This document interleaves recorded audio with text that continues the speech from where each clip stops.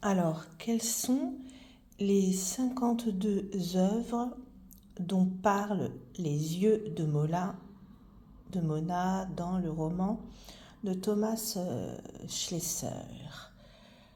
Le roman français qui a conquis le monde, une initiation à la beauté et à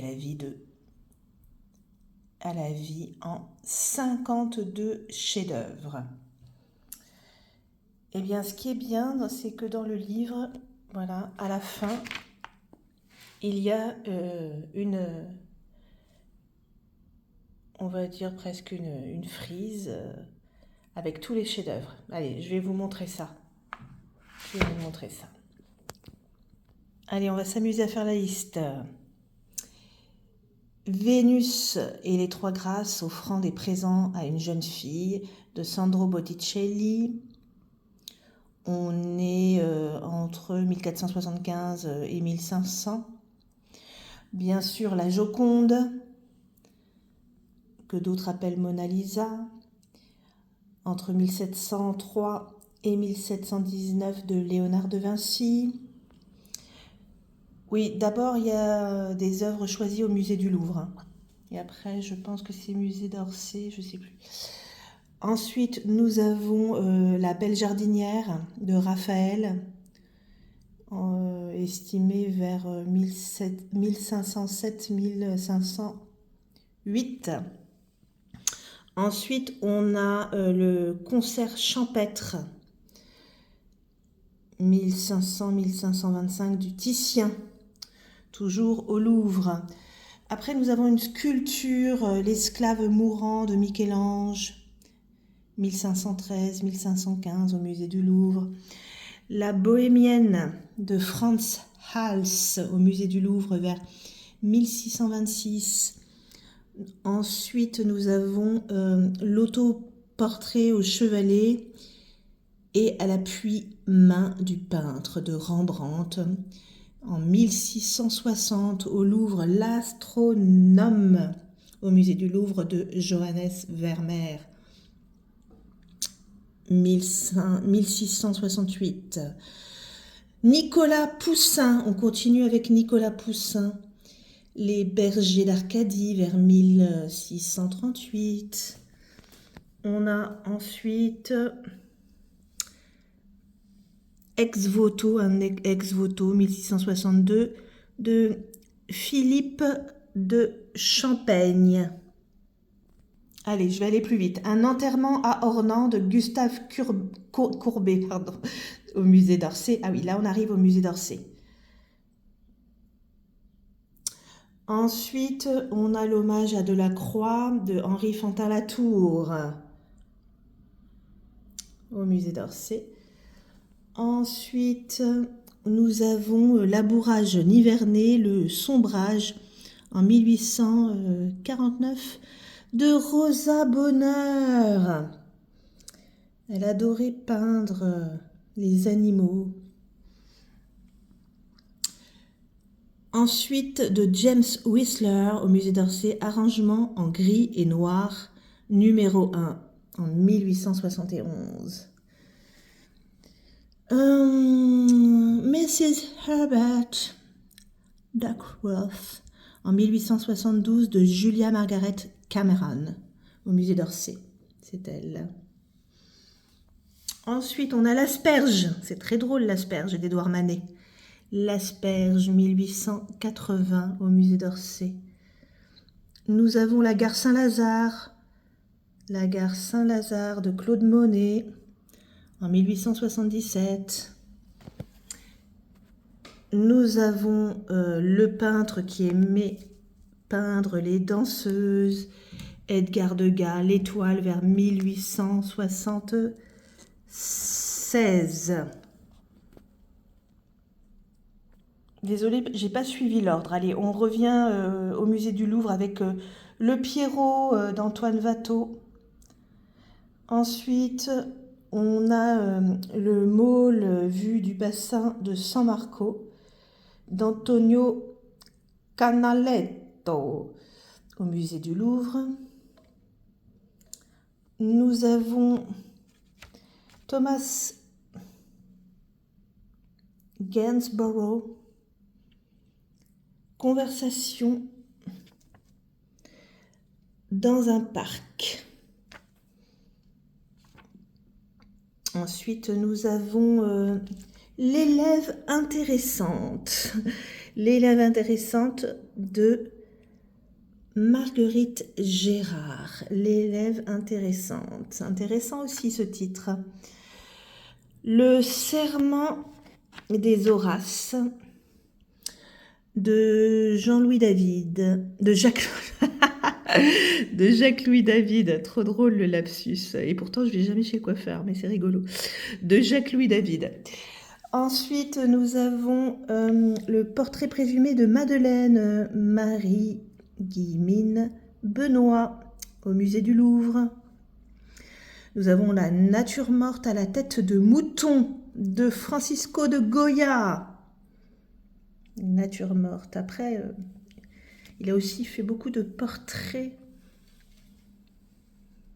notamment d'une duchesse, me semble-t-il.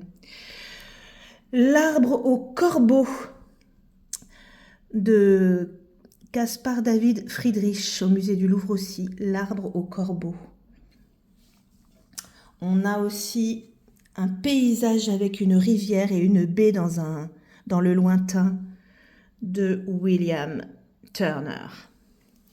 Paul Cézanne, le peintre aixois. Et là, c'est la montagne Sainte-Victoire, bien sûr, la montagne Sainte-Victoire qu'on voit à Aix-en-Provence et qu'on peut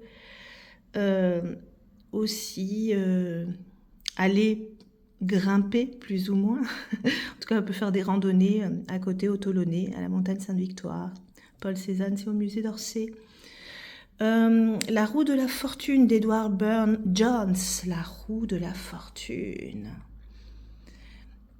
Van Gogh.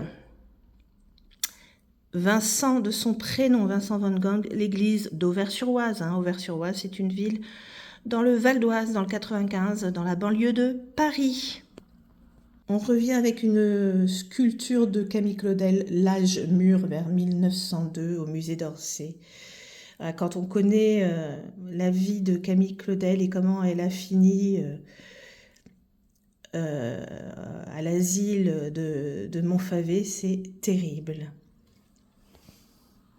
À l'époque, on appelait ça des asiles. On n'avait pas de visite, c'était terrible. Ensuite, Gustav Klimt, Rosier sous les arbres, en 1905. C'est du pointillisme, ça. Ensuite, nous avons Ville, qui veut dire repos, de Wilhelm Hammershøi au musée d'Orsay.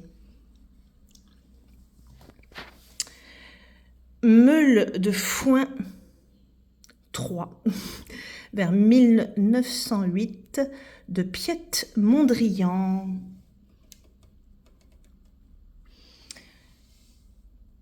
Et là, c'est la peinture argent sur noir, blanc, jaune et rouge de Jackson Pollock en 1848. J'ai pas respecté l'ordre, alors est-ce que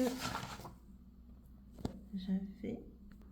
Allez, on va au centre Pompidou avec une œuvre de Vassili Kandinsky, étude pour la couverture de l'almanach Der Blaureiter.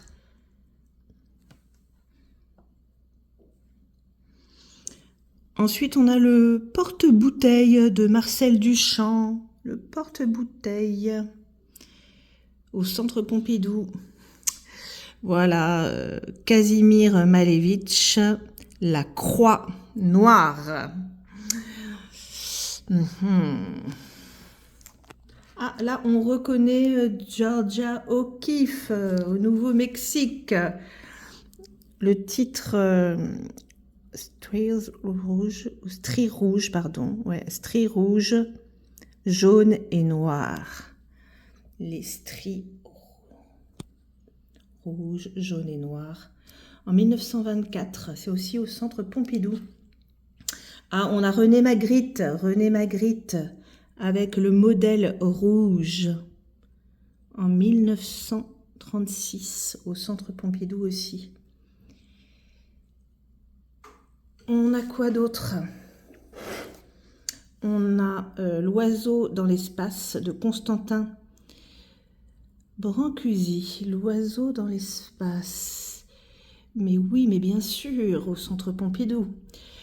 Mutter, en allemand, ça veut dire la mer. Die Mutter, la mer, d'Anna Höch, au Centre Pompidou. Et puis on a le cadre, The Frame, de Frida Kahlo, au Centre Pompidou. Et on a notre Pablo Picasso, L'Aubade, le 4 mai 1942 de Pablo Picasso. Bon, après, quand on connaît comment il se comportait, quand on sait comment Pablo Picasso se comportait notamment avec les femmes, c'est un peu particulier, mais c'est toujours l'éternelle question. Faut-il distinguer l'œuvre de l'artiste? Ok, on revient. Et les dernières œuvres que je ne vous ai pas montrées dans la frise, à la fin du livre des yeux de Mona, La mariée en 1963 de Niki de Saint-Phal. Ah, j'aime beaucoup Niki de Saint-Phal. Ensuite, Hans Hartung, T 1964 H45. C'est la 46e œuvre qui est proposée dans ce livre à travers les yeux de Mona, une petite fille qui échange beaucoup, notamment avec son grand-père. Ensuite, la 47e œuvre, c'est numéro 26, 1976, Proue noire, d'Anna Eva Berkman. Ok. La 48e, c'est de Jean-Michel Basquiat de 1983 et qui n'a pas de titre, ou peut-être que le titre c'est sans titre. Ensuite, nous avons la 49e œuvre qui est Louise Bourgeois, ah oui, celle qui fait les araignées, mais là c'est Precious Liquids en 1992, des liquides précieux, ok. Ensuite, la 50e œuvre de Marina Abramovic au Centre Pompidou, Vider son bateau. Entrer dans le courant, dragon blanc debout, dragon rouge assis, dragon vert couché.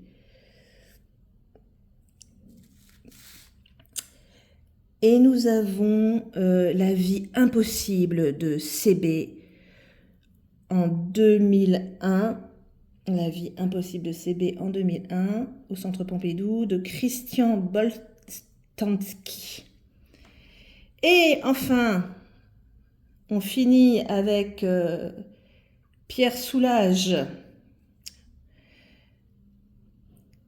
et sa peinture du 22 avril 2002. Pierre Soulages qui a exploré les textures, le noir, dans toute sa palette.